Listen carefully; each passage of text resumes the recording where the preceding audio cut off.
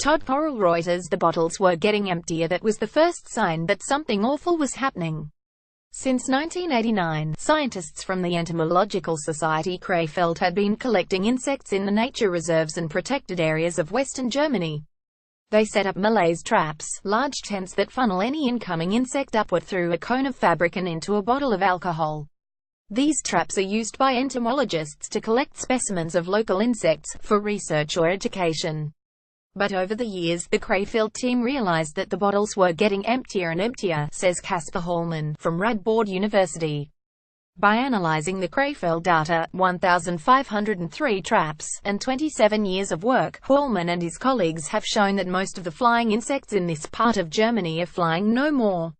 Between 1989 and 2016, the average weight of insects that were caught between May and October fell by an astonishing 77%. Over the same period, the weight of insects caught in the height of summer, when these creatures should be at their buzziest, fell by 82%. We were expecting declines, but the extent of them was tremendous, says Hans de Kroon, who was involved in analyzing the Krefeld data. If this was in agricultural settings, we wouldn't be quite so surprised. But it's especially alarming that it happened in nature reserves. There have long been signs of such a decline. Studies have also shown that populations of European butterflies have halved since 1990, honeybee colonies have fallen by 59% in North America since World War II, and populations of British moths have dropped by 30% per decade. But most of these surveys focused on particular groups, whereas Hallman's group looked at the entire spectrum of flying insects. It confirms the widespread windscreen phenomenon, he says. Any truck driver in the developed world will tell you that they used to squash a lot of insects on the windscreen.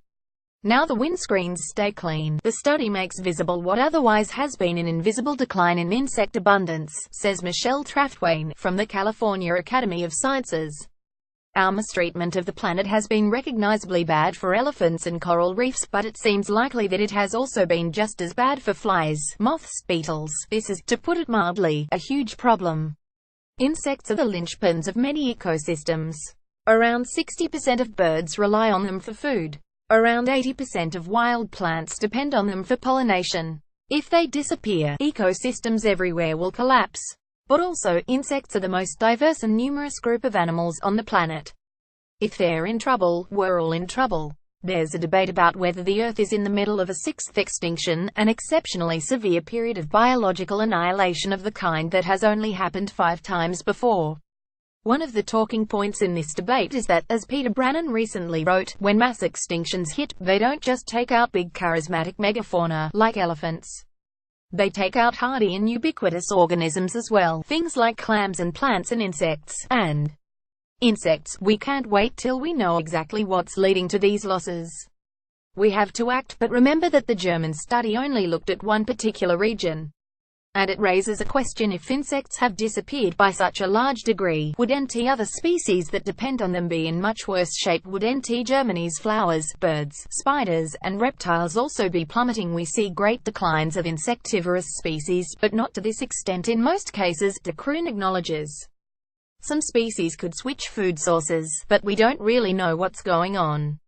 We do know that we see declines in even common species, like blackbirds, starlings, and sparrows. Another unanswered question: are all groups declining equally? It would be interesting to see the list of species they collected, as malaise traps are very good at collecting certain species and poor at collecting others, like dragonflies, says Jessica Ware, from Rutgers University. If insect groups vary in their response to climate change, temperature, habitat change, or other factors, that could change the implications of the study's stark percentages. Hallman notes that identifying the thousands of individuals in a single trap, let alone all 1,503, would mean months of work for a team of specialists. That's why they focused on total weight. Also, what's behind the insect downfall? Pollutants and pesticides are likely to be a problem. Neonicotinoids, the world's most popular insecticides, can mess with bees in myriad ways, impairing their memory, befuddling their spatial skills, and preventing them from finding food.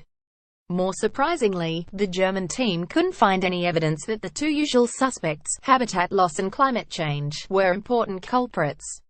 The declines were similar in every kind of habitat, whether healthy grasslands or nutrient-poor wastelands. And although weather patterns in the region could explain the numbers of insects across a season, they couldn't account for the year-on-year decline.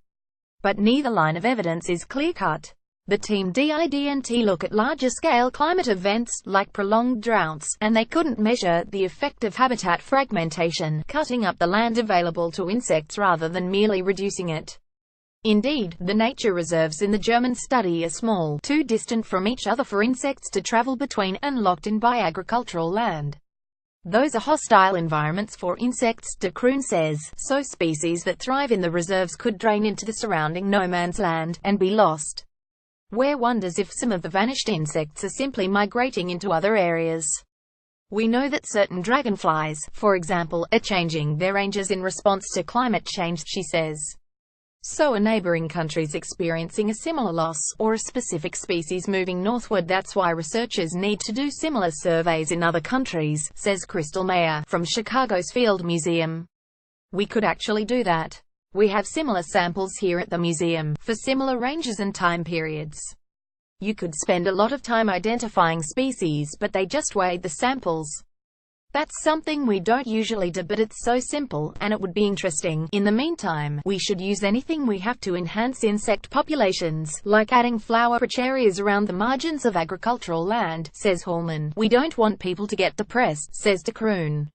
Ecosystems are very resilient. They're still functioning quite well despite this loss. Let's make use of that resilience. We can't wait till we know exactly what's leading to these losses. We have to act.